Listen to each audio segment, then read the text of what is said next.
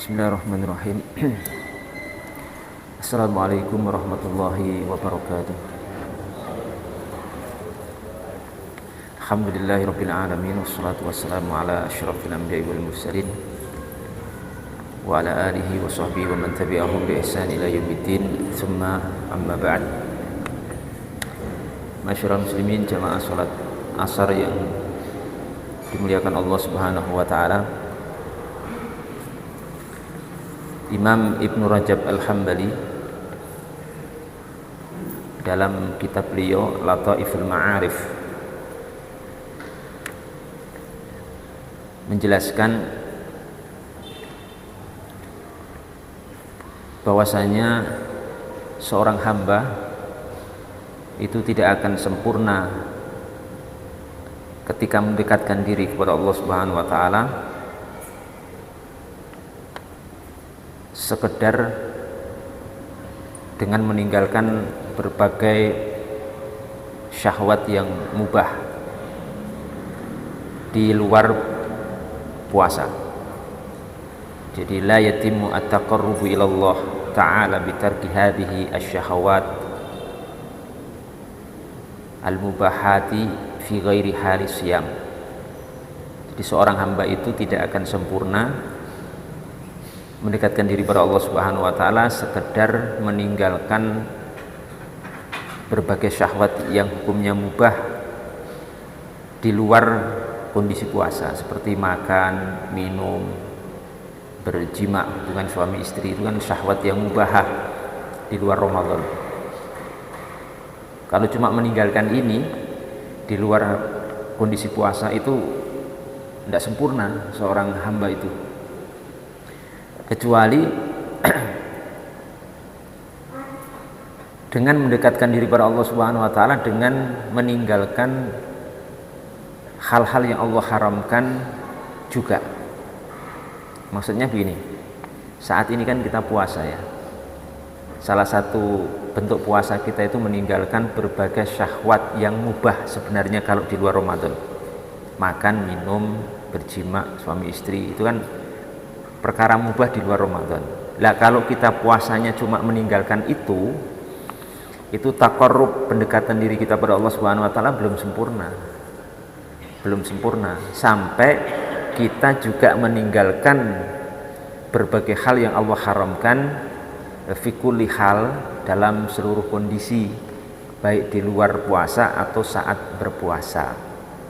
Seperti apa? Minal kadhibi, seperti misalkan berdusta, wal zulmi, dan mendolimi orang lain atau mendolimi sesama muslim, wal udwani, dan meninggalkan memusuhi sesama muslim ya. Bahkan di sini disebutkan oleh Ibnu Rajab Al-Hambali wal udwani 'alan nas, meninggalkan memusuhi manusia ya, fi dimaihim, dalam darah mereka, wa amwalihim, dalam harta mereka, wa aradihim, dan dalam kehormatan mereka.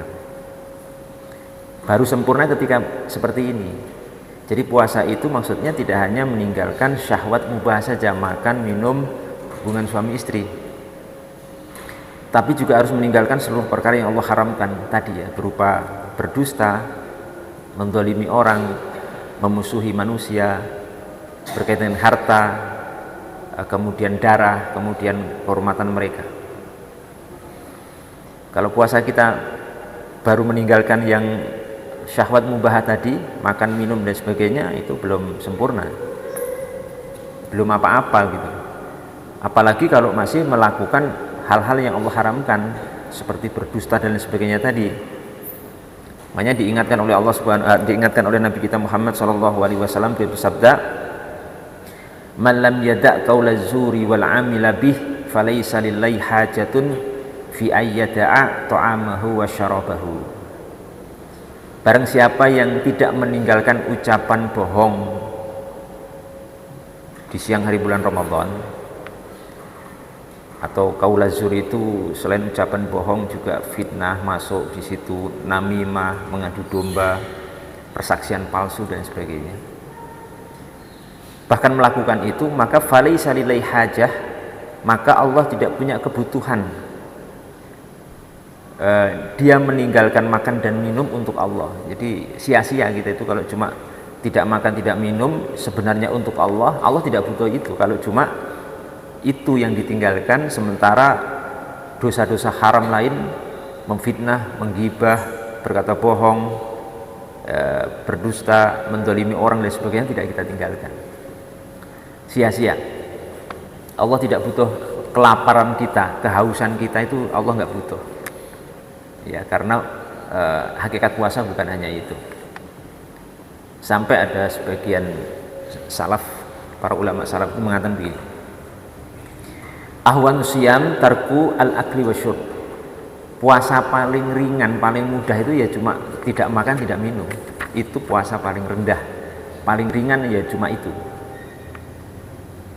Makanya sahabat Jabir bin Abdullah menyatakan, idza kumta sumta, kalau kamu puasa, puasa juga kamu dari matamu, dari penglihatanmu, dari lisanmu, ya, dari telingamu, dari tanganmu, dari kakimu, dari mengganggu tetanggamu, dari memfitnah orang Islam, dari dan lain sebagainya.